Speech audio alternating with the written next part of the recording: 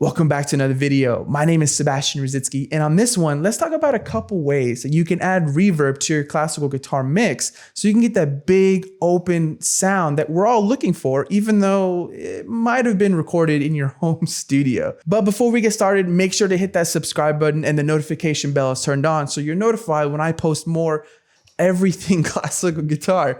All right, let's get into it. Now, to hear all the changes that I'm doing in this mix, make sure to listen to this video on good quality speakers, monitor speakers, or some headphones. So I have this recording of the Cathedral, just another small snip from my recording that I made from a practice session.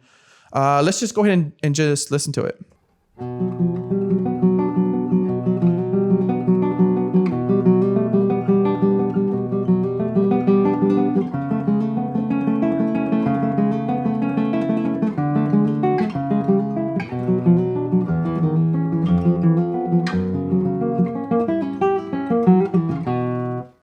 That last second. Anyway, so I recorded this in my living room. So the space is, it's a fairly decent sized room. So I'm going to find some natural reverb in this recording, which is totally fine, but I do have to be careful not to create any artifacts. Now, the first way you can add a reverb plugin is to just simply add it to the track. Now, I'm not going to go over any of the settings in this video, just because every reverb plugin works a little bit differently. And the whole point of this video is just to kind of show you the different ways that you can add reverb to your mix. So I'm just going to use a standard preset that comes with the plugin. Acoustic guitar is fine. I'm just going to be using this Real Reverb Pro plugin that comes with the UAD system. The techniques that I'm going to show you can be applied to any reverb plugin. So if you have something that comes with your DAW, or you paid for something from, I don't know, Waves, UAD, Isotopes, whatever the place is, the technique that I'm going to show you can be used across the board. So if that's all you want to do, then you're pretty much done with it. But there are a couple ways that you can kind of refine the sound and make it sound more to your liking. All right, so by doing that, let's actually create a bus.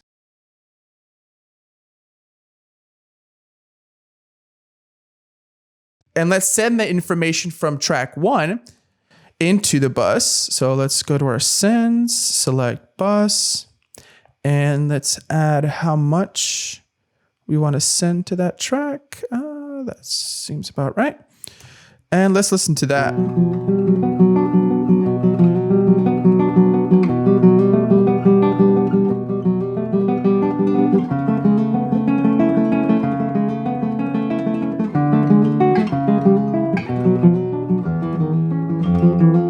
So I like to have the reverb plugin in a bus because then I can have more control over the plugin to kind of manipulate the sound the way I like it. So if I turn the settings to 100% wet meaning a lot of reverb versus dry, no reverb. Obviously, that's just way too much. That's not pleasant to hear, especially if you're going to have like a very fast piece, kind of similar to this Cathedral. But it's just not going to be enjoyable to listen to because really you're just listening to reverb, really. So you can actually turn down the fader of the bus to kind of control the volume of the reverb. So if you want to have like a really wet sound, just turn down the fader so you're kind of blending the two together.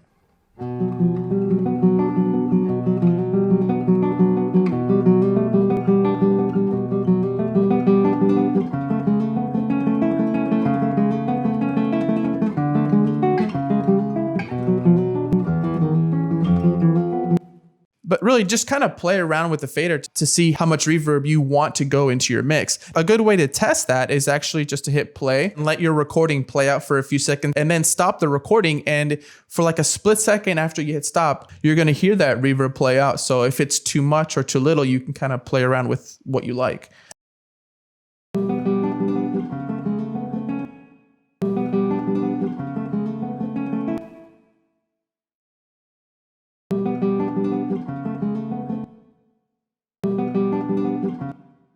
Yeah, and I think I like that sound. This is a great way to actually play around with and kind of get a good blend of raw recording versus reverb. This is probably one of my favorite ways and my go-to way to add reverb to my mix. If we actually make this to go pre-fader, what that means is that the signal from the original track is going to be sent to the bus before the fader. So if we go this route, we can actually lower the track fader and it not affect the reverb at all. So the track fader is turned down all the way, but you can still hear the signal going into the reverb plugin. This is also another way if you want to have good blending into your mix. So for me, that's actually going to be a little bit too much. So what I like to do here is I actually like to duplicate this track and have another copy, but this time make sure that all the effects are turned off.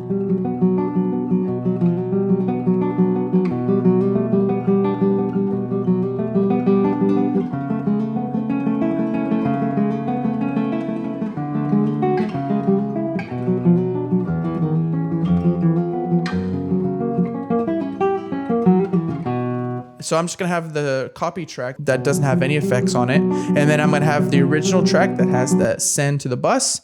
By doubling the track, you also increase the volume of the track. So if you're having problems with volume, or you can't, or your preamps aren't good enough to power those microphones to get a good sound, you can record at a healthy level, maybe, I don't know, negative 16 to 18, something like that.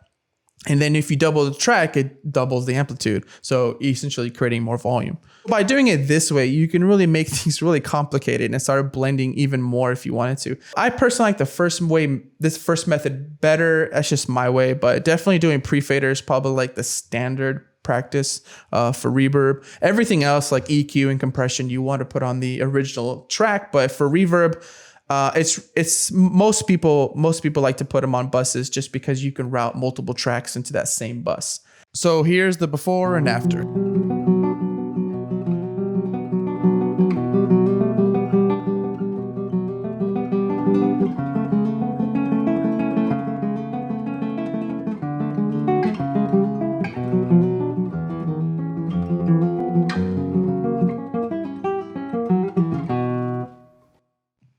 Yeah, that doesn't sound too bad. So just from a few minutes of adding some reverb and using different techniques to add reverb to your track can really change the way your mix sounds. Now, how do you add reverb to your classical guitar mix? I really like to see what kind of techniques you use to get the sound that you're looking for. Put them in the comments down below.